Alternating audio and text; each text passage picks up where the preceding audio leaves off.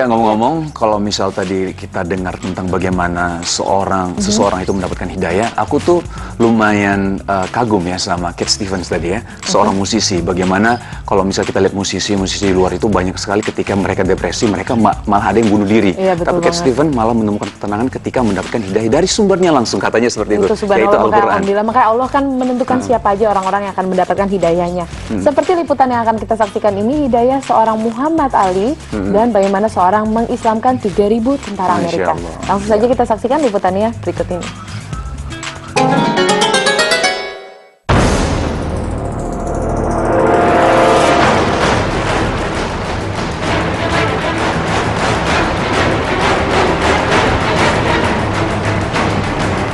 Pemirsa beriman, sebelumnya kita sudah membahas beberapa kisah fenomenal mengenai orang-orang yang menjemput Islam dan meyakini Islam sebagai suatu kebenaran. Dan berikut adalah beberapa kisah fenomenal serupa yang akan kami paparkan untuk Anda. Tidak hanya Mike Tyson, petinju yang meyakini Islam sebagai agama yang benar.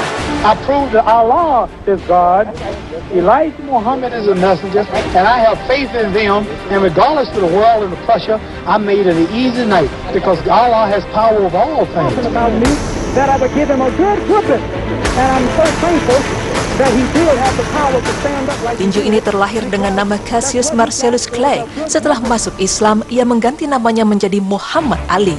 Bagi penggemar tinju dunia, pasti tak asing lagi dengan namanya. Ya, Muhammad Ali adalah mantan juara dunia kelas berat. Di masanya, Ali terkenal sebagai seorang petinju yang sangat ditakuti oleh lawan-lawannya. Dan ia pun dijuluki sebagai The Greatest, karena ia mampu menaklukkan petinju-petinju terbesar di zamannya. Ia pernah menjadi sebuah mesin pemukul yang sangat hebat, hingga menimbulkan rasa takut pada lawannya. Dan hingga kini, namanya dianggap sebagai petinju terbaik yang pernah dimiliki publik Amerika Serikat dan orang kulit hitam. Kala itu, Ali berhasil merebut juara dunia kelas berat dari Sonny Liston dalam pertarungan paling pendek, karena hanya dalam beberapa menit Ali berhasil menjadi juara dunia. Dan di antara tepuk riuh para pendukung serta kilatan-kilatan alat kamera, Ali berdiri di depan jutaan penonton yang mengelilingi ring dan kamera TV. Saat itu pula Ali mengucapkan 2 kalimat syahadat di atas ring. I prove that Allah is God, Elijah Muhammad is a messenger, Untuk memulai sebuah peperangan baru melawan kebatilan yang menghalanginya mengumumkan keislamannya. Menurutnya, kepindahannya ke agama Islam adalah hal yang wajar dan selaras dengan fitrah-fitrah yang Allah ciptakan untuk manusia. Kembalinya ia ke fitrah kebenaran juga membutuhkan waktu bertahun-tahun untuk berpikir. Ini dimulai tahun 1960 ketika seorang teman muslim menemaninya pergi ke masjid untuk mendengarkan pengajian tentang Islam.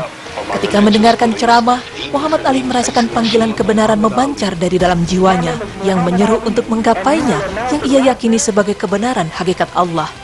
Namun perjalanan keimanannya tak berlangsung sebentar dan mudah. Justru perjalanannya menjemput Islam sangat berat karena orang-orang di sekitar yang menghalanginya. Kebenaran dan kebatilan yang bercampur aduk ditambah lagi dengan pandangan orang-orang non-muslim yang menggambarkan keadaan orang-orang muslim sebagai orang yang lemah dan terbelakang.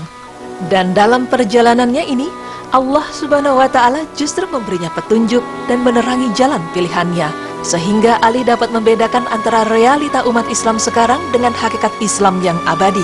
Ali meyakini bahwa Islam membawa kebahagiaan untuk semua orang, tidak membeda-bedakan warna kulit, etnis, dan ras, semuanya sama di hadapan Allah Azza wa Jalla, karena yang paling utama di sisi Allah adalah yang paling bertakwa. Ali juga meyakini sedang berada di depan sebuah kebenaran yang tak mungkin berasal dari manusia.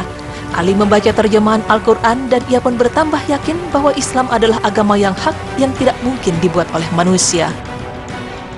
Asyhadu anna Muhammadan Rasulullah.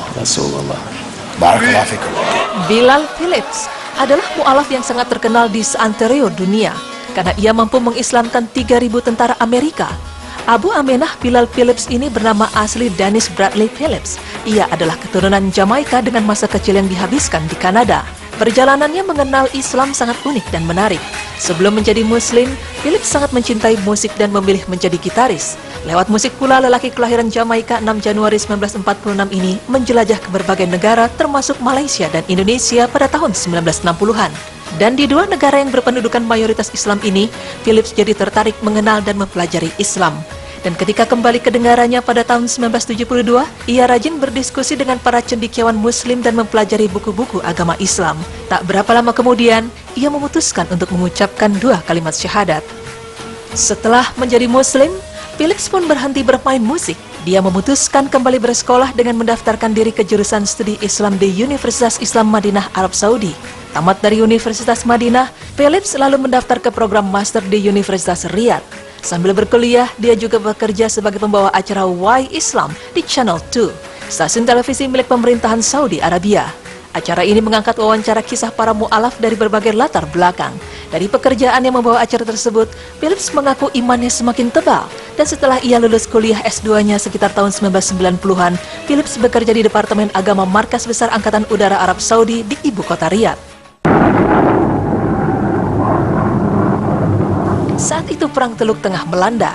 Irak menginvasi ke Kuwait karena menolak menghapus hutang luar negeri. Posisi Kuwait kewalahan dan meminta bantuan ke Amerika Serikat. Negara besar itu pun mengirimkan pasukannya dan membuat pangkalan di Arab Saudi. Ketika tentara Amerika bermarkas di negeri petrodolar itulah, Philips kebagian memberikan materi tentang Islam ke mereka. Dan hasilnya sungguh mengejutkan, karena sekitar 3.000 serdadu Amerika masuk Islam. Selepas Perang Teluk, Philips dikirim ke Amerika untuk mendampingi para tentara mu'alaf tersebut. Dia mendapat bantuan dari anggota tentara beragama Islam untuk membuat konferensi dan kegiatan. Setelah proyek itu, Philips pun hijrah ke Filipina dan mendirikan pusat informasi di Mindanao, serta universitas berbasis Islam di Cotabato City. Tahun 1994, Philips mendapat undangan bergabung dengan lembaga amal dari Albert di Dubai, Uni Emirat Arab. Di sana ia membentuk pusat informasi Discover Islam di kota Karama. Kegiatannya ini mengundang ulama dari berbagai negara. Dan dalam 5 tahun, pusat informasi ini telah membuat 15.000 orang dari seluruh penjuru dunia mengucapkan 2 kalimat syahadat. Ini sungguh merupakan pencapaian yang fantastis dari seorang mu'alaf.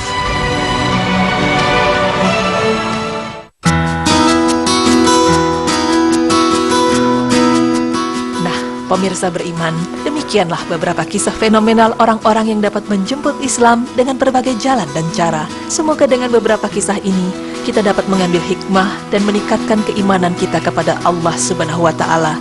Amin ya Rabbal Alamin.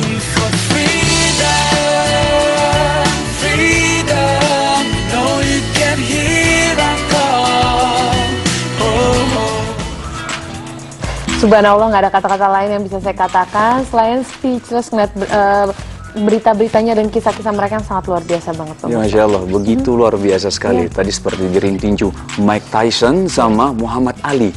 Dua-duanya adalah petinju yang sangat terkenal. Bahkan Muhammad Ali ya sangat berani, bisa akhirnya bersyahadat dia. Bersyahadat di ring tinjunya. Di ring tinju, di depan di negara yang bukan mayoritas Muslim. Dan kadang-kadang terkesan rasis kan kalau di sana itu ya. Dan memang kalau di sana itu kalau misal di kalau difikirkan lagi, selain Muhammad Ali tadi ada yang satu lagi yang sangat fenomenal adalah Bilal Philips ya.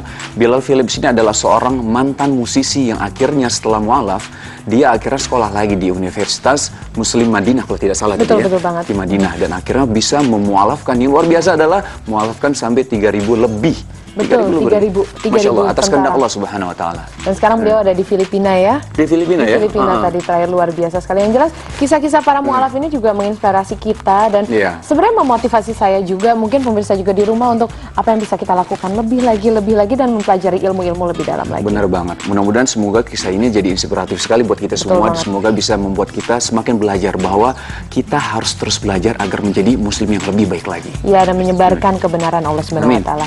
Nah, baik pemirsa, setelah ini kita akan membahas tentang misteri jodoh, masih jodoh lagi. Misteri jodoh karena masih banyak sekali misteri yang belum kita ungkap.